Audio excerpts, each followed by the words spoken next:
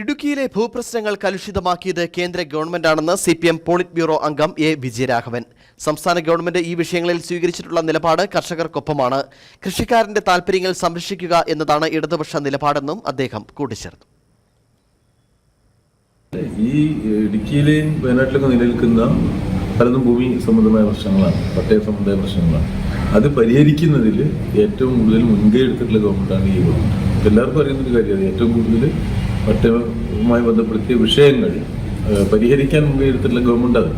ബാക്കിയുള്ളത് നിലവിലുള്ള നിയമത്തിന്റെ പ്രശ്നങ്ങൾ കേന്ദ്ര ഗവൺമെന്റായിട്ടും കൂടി ബന്ധപ്പെട്ട് കിടക്കുന്നത്. സംസ്ഥാന ഗവൺമെന്റിന്റെ കയ്യിൽ ഒതുങ്ങുന്നതാണെങ്കിൽ നമ്മൾ എന്നോ ഇത് പരിഹരിച്ച് തീർക്കും.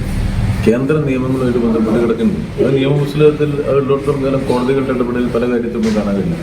സുഗമമായിട്ട് ഇത് കൊണ്ടുപോകുമ്പോൾ കോടതി അതിന് മുന്നിൽ വരുന്ന വിഷയങ്ങൾ നിയമപരമായിട്ടാണ് അവർ നോക്കിയത്. അപ്പോൾ അതിന്റെ പ്രശ്നങ്ങൾ നമുക്ക് ഈ ഇടുക്കിയിലൊക്കെ പട്ടയ പ്രശ്നത്തിലുള്ളതാണ്. പക്ഷെ ഗവൺമെന്റ് അതിന് പൊതുവിടത്തിൽ സ്വീകരിച്ചിരിക്കുന്ന നിലപാട് നിയമനിർമ്മാണം പോലും നടത്തി നമുക്ക് ഈ ഇത്തരം പ്രശ്നങ്ങളുടെ എന്നുള്ള പ്രയാസങ്ങൾ ലഘൂകരിക്കുക എന്നുള്ള തരത്തിലുള്ള നീക്കങ്ങളാണ്. അപ്പോൾ അത്തരം കാര്യങ്ങളിൽ എപ്പോഴും കർഷക താല്പര്യത്തിൻ്റെ ഒപ്പമാണ് എല്ലാ കാലത്തും ഇടതുപക്ഷ ജനാധിപത്യ മുന്നണി ഗവൺമെന്റ് നിലനിർത്തിയിട്ടുള്ളത്. ഇടുക്കിയിലെ കൃഷിക്കാരൻ്റെ ഏത് സമയത്ത് ജയിക്കേജിയുടെ കാലം മുതൽ ഇതുവരെ കൃഷിക്കാരൻ്റെ കൂടെയാണ് നമ്മൾ നിന്നിട്ടുള്ളത്. ഇപ്പോഴും കാർഷിക താല്പര്യങ്ങൾക്കനുസരിച്ച് തന്നെയാണ് കേരളത്തിലെ ഗവൺമെന്റ് പ്രവർത്തിക്കുക. കൃഷിക്കാരൻ്റെ താല്പര്യങ്ങളുടെ ഒപ്പം ഞങ്ങളെല്ലാം